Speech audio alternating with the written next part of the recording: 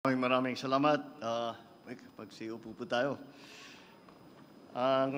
Nandito po ang pinakilala po ng ating butihing mayor, ang ating mga kasama na mga cabinet secretary, kinatawan ng mga kalihim ng iba't ibang departamento na aming isinasama para makita at silang lahat, ang kanilang departamento ay masama sa ating ginagawa na pagparating ng tulong para sa ating mga kababayan. Dahil nung una, yung hinaharap natin yung El Nino, ngayon naman, puro naman bagyo. Kaya't kami nandito upang magbigay ulit ng tulong at bawat departamento po ay sila ay may ginaganap na katungkulan para matiyak na ang mga nangangailangan ng tulong sa iba't ibang lugar ng Pilipinas ay natutulungan. Nandiyan po ang ating mga cabinet secretary, ang ating butihing ama ng lalawigan, ang lalawigan ng Isabela, Governor Rodito Albano. Andito rin po ang Governor ng Quirino, Governor Dax Cua, po Vice Governor Borgie D, at ang nagkapagsalita ang Alkalde ng Lungsod ng Ilagan, Jose Marie Diaz, at lahat ng ating mga local government officials na nandito ngayon.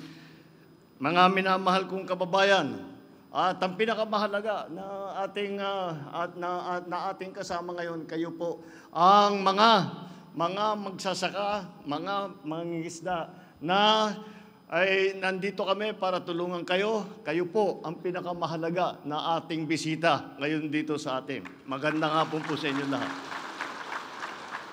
Sa kabila ng makulimlim na mga nagdaang araw, mainit ko pa rin kayong babatiin ng isang magandang araw dahil hindi nawawalan ng magaganda at masasayang ngiti ang mga taga-Isabela. Mga minamahal kong kababayan, hindi natin maikaila ang tindi ng pinsalang dulot ng mga sunod-sunod na bagyong dumaan sa ating bansa. Kasama na kayo rito sa probinsya ng Isabela, sa Cagayan Valley Region. Matapos dumaan ang 6 na bagyo simula nung katapusan ng Oktubre. Wala pang 4 na linggo, 6 ang dumaan na bagyo sa atin. Batid po ng pamahalaan ang matinding dusa at naranasan ninyo at ang hirap sa pagbabangon mula sa mga nasira, hindi lamang ng mga infrastruktura kundi ang hanap buhay po lalo na ng ating mga magsasaka at mangingisda. Ang inyong pamahalaan ay lagi namang handa na tumulong at samahan kayong makabangon. Bago pa lang dumating ang bagyo at sa mga araw at linggo, pagkaalis nito, nakaalay na ang inyong mga lokal na pamahalaan, nakaalalay na ang lokal na pamahalaan at ang mga iba't ibang ahensya ng gobyerno para mailigtas kayo sa kapahamakan at manumbalik agad ang inyong pamumuhay. Bilang karagdagang suporta sa inyong pagbangon, naglaan po ng tigli 50 milyong piso ang tanggapan ng Pangulo para dito sa Isabela at sa Quirino Province. Ito po ay dagdag dahil po meron pong mga binibigay na tulong ang iba't ibang departamento. Ngunit sa bigat ng sakuna at sa dami na nangangailangan ng tulong, kami naghanap ng pondo. Kinuha ko na po sa Office of the President at ito po ang ating ibibigay sa ating mga butihing gobernador. Mula din sa tanggapan ng Pangulo at sa pamamagitan ng DSWD, makakatanggap din ng tigsa 10,000 piso ang 1,500 na apektuhan na magsasaka at mangingisda dito sa Isabela. Mamimigay din po tayo ng assistance sa Tuguegarao City at 20 munisipalidad ng Cagayan na labis din na nasalanta ng mga bagyo. Nauna nang natanggap ng isang munisipalidad ang kanilang tulong dahil sa pabago-bagong panahon at paglakas ng mga bagyo dulot ng climate change, ang gobyerno ay nagpupursigi na maibsan ang epekto ng mga kalamidad na ito. Sa ngayon, may iwasan natin ang matinding pinsala sa buhay, ari-arian at kabuhayan.